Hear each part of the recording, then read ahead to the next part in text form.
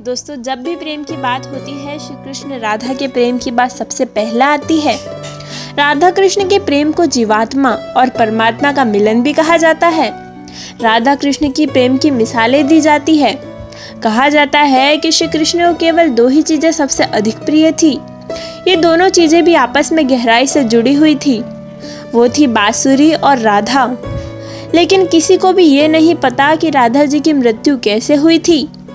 तो आइए जानते हैं। श्री कृष्ण का वृंदावन छोड़ने के बाद राधा का वर्णन बहुत कम मिलता है। जब राधा जी कृष्ण से आखिरी बार मिली थी तो वो श्री कृष्ण से बोली कि वो भले ही दूर जा रहे हैं, लेकिन उनके मन में वो हमेशा उनके साथ रहेंगे।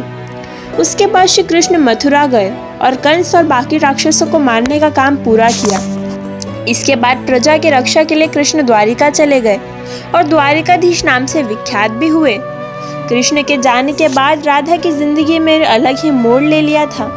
राधा की शादी एक यादव से हो गई थी।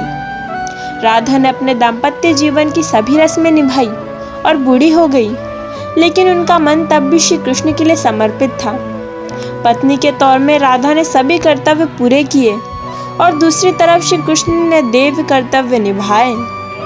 सभी कर्तव्य से मुक्त होने के बाद राधा अपने प्रीतम श्री कृष्ण से मिलना चाहती थी।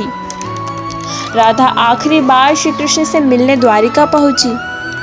उन्हें श्री कृष्ण की रूपमणि और सत्यभामा से शादी की बात पता चली, लेकिन वो दुखी नहीं हुई। जब कृष्ण ने राधा को देखा तो वो अति प्रसन्न हुए। वो दोनों संकेतों में काफी देर वक्त तक बातें करते रहे। राधा जी को कान्हा की नगरी में द्वारिका में कोई नहीं जानता था। राधा के अनुरोध पर श्री कृष्ण ने उन्हें महल में एक देविका के रूप में नियुक्त किया। राधा दिन भर महल में रहती और महल से जुड़े कार्य देखती थी और मौका मिलते ही कृष्ण के दर्शन कर लेती थी। लेकिन महल में राधा जी को कृष्ण के साथ पहले जैसा आध्यात्मिक जुड़ाव महसूस नहीं हुआ।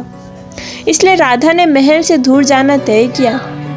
उन्होंने सोचा कि वो दूर जाकर फिर कृष्ण के साथ आध्यात्मिक संबंध महसूस कर पाएंगी। उन्हें नहीं पता था कि वो कहाँ जा रही है, लेकिन श्री कृष्ण सब जानते थे। धीरे धीरे समय बीतता गया और राधा बिल्कुल अकेली और कमजोर हो गई।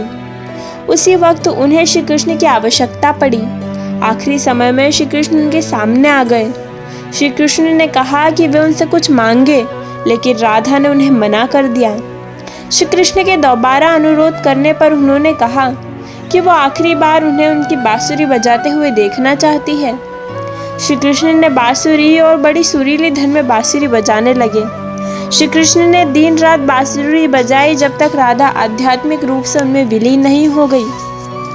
बांसुरी की धुन सुनते सुनते राधा ने अपने शरीर को त्याग दिया। हालांकि भगवान श्री कृष्ण जानते थे कि उनके प्रेम अमर है, इसके बावजूद वे राधा की मृत्यु को बर्दाश्त नहीं कर सके। श्री कृष्ण ने प्रेम के आध्यात्मिक अंत के रूप में बांसुरी तोड़ दी और झाड़ी में फेंक दी। उसका बाद श्री कृष्ण ने जीवन भर बांसुरी एवं कोई अन्य वादक यंत्र नहीं बजाया।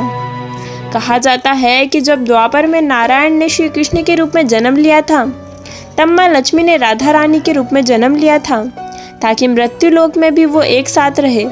दोस्तों, आपको राधा जी की मृत्यु के बारे में क्या कहना है, हमें कमेंट बॉक्स में बताइए। और वीडियो अच्छी लगी हो तो वीडियो को लाइक कीजिए और चैनल को सब्सक्राइब कीजिए। धन्यवाद।